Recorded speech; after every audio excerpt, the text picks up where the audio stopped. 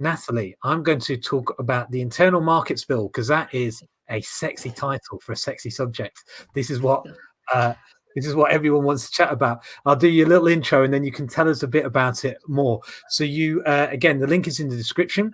Lord's rebuke for the government over Internal Markets Bill. The House of Lords, led by former Lord Chief Justice of England and Wales, removed a whole chunk of government legislation in the form of Part 5 of the Internal Market Bill.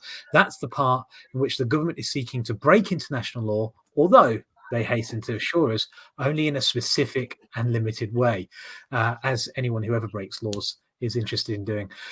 You have to be right up with the detailed arcane procedures of the House of Lords to understand just how unusual doing this is, particularly at committee stage.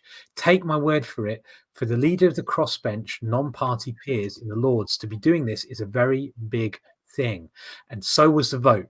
433 to 165, with 44 Tory peers rebelling to vote against the government. What is this all about, Natalie? And why? What is this historic vote on? Well, I think if we say something that we think of as fundamental to our society, fundamental to the way we think about the world, we think we need the rule of law. Everyone needs to know what the rules are, what the laws are, and what the punishments are if you break them. But what we have is a situation here where the government is saying, well, we signed the withdrawal agreement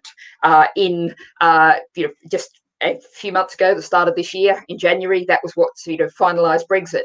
And now they're saying, well, we're putting this clause into the bill that would actually break the law. Now, this has got lots of the lawyers' exercise, but it's also crucially important because what it really shows is the way our government is indeed a far right, very much a Trumpian, is now the most Trumpian government in the world, in terms of it saying, well, the law is going to be whatever we say it's going to be. We're just going to, there's been a lot of focus on the lack of democracy, the way in which the government has been trying to pass lots of framework bills where it says, well, we'll just say we'll do these things. Like, we tell you we'll keep the chlorinated chicken out from America because we've got good intentions. So we don't have to write this into the law. We'll just tell you we're going to do it. We don't trust the government. Most people don't trust the government. The government has shown itself not to be trustworthy. And this is really crucial, both in terms of those principles of the rule of law and government obeying its own laws. But it's also crucial in terms of this is foundational for the Northern Ireland peace agreement. Without that, we're in a very, very bad place. So this is the government both flailing around, but also very deliberately breaking down our systems, breaking down the rule of law, trying to, say that, it's related to the Dominic Cummings, well, I can go and test my eyesight with a drive up and down the country because the rules don't apply to me. And this is, part of the same thing. But what we're also doing this to is the whole international community. And this is going to really, going back to where we started in terms of the US election result. Joe Biden has Irish heritage. He's very interested in the Good Friday Agreement. And this is really threatens to make Britain an international pariah, and that reflects the degree in which the House of Lords has reacted to it. Well, I'm going to come back to the Good Friday Agreement because this does get bandied around a lot by mainland politicians and people who are interested with maybe not as much knowledge as we'd like. So it's definitely something we'd like to dive into. But firstly, when you talk about the lack of trust in the government, I mean, the government's still riding high in the opinion polls, despite having to deal with an absolutely appalling crisis. You say the government are kind of clueless. It says so in the article, but most governments have done badly in the coronavirus. Even Germany's struggling. So haven't they actually been looking after the economy and the health of the nation as best they can? And shouldn't they be trusted to do what they set out to do, which is to get Brexit done? This is what they were voted in with, a huge mandate to do, specifically to do this. Shouldn't we just give them the tools and get out of the way?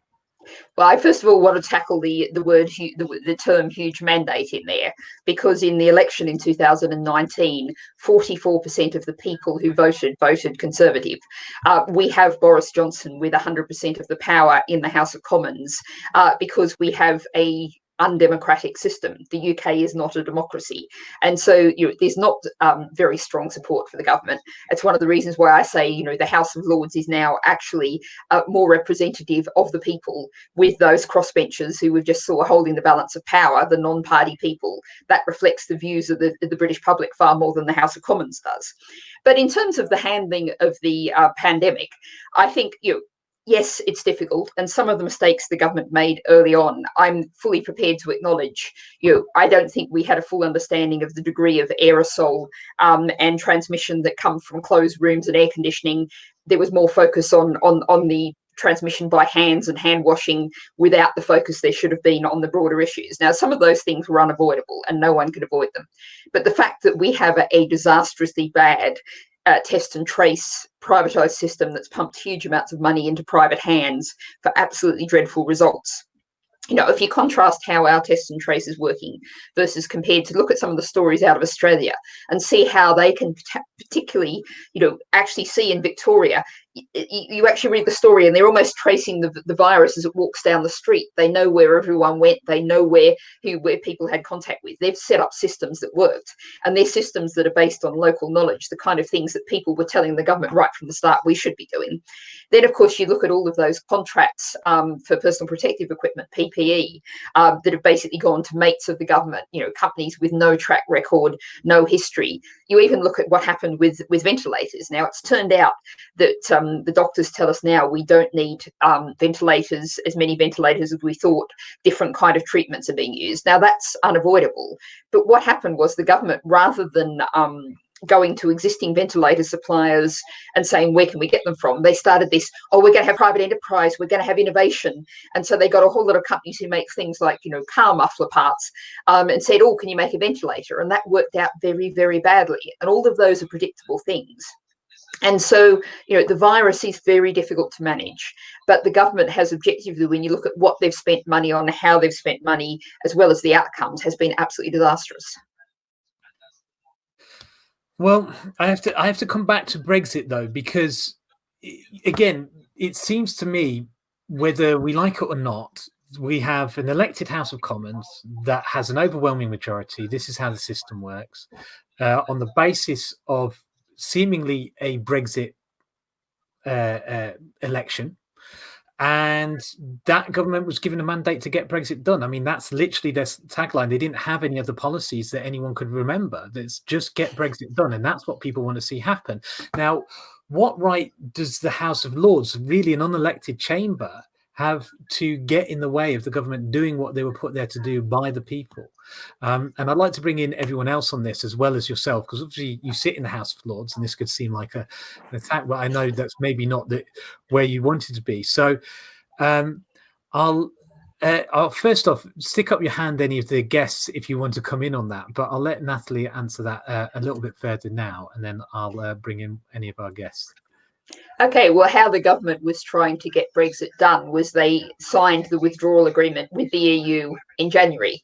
And what they're doing now is disavowing that and turning it around. And we are going to, goodness help us, end the Brexit transition period on the 31st of December. I don't think there's any way that can now be stopped. I think personally the most likely way that's going to happen is we're going to crash out. And if you listen to, the road hauliers, you listen to the supermarkets, it's going to be a very chaotic situation. But, even if we do get a deal, it's going to be such a skeleton deal. There's a huge amount unsettled, uncertain. But what we're saying with the House of Lords is saying, you signed this deal in January after the election, delivering what, however undemocratic our system is, what was voted for in that election, to then turn around and say, oops, well, we made a mistake and we're just going to, annoy the whole international community and threaten the Northern Ireland peace process, but by turning around on this. It doesn't make any sense. I mean, we are back, and you mentioned it, I'll just very briefly do, the whole Northern Ireland issue. The EU wants to protect its food standards, its workers' rights standards, and so it needs to keep out products that are made not to those standards. That means you either have a hard border between Ireland or Northern Ireland, or you have a hard border down the middle of the Irish Sea. this is the innate problem of Brexit, which there's never been a solution to, and which the government has been trying to fudge. And, the fudge has been exposed by the current situation. Well, I'm going to bring in Stephen, and I'm going to bring him a little bit yourself. It's difficult. The Irish issue is it's about an area of the world that probably neither the British nor the Irish fully want to take responsibility for. And as such, it seems that with the demographic change and with the increase in representation of the nationalists to almost exactly the same level as the unionists, that maybe there's time for people to be talking about referenda on Irish unification. And maybe that's something that's not being talked about.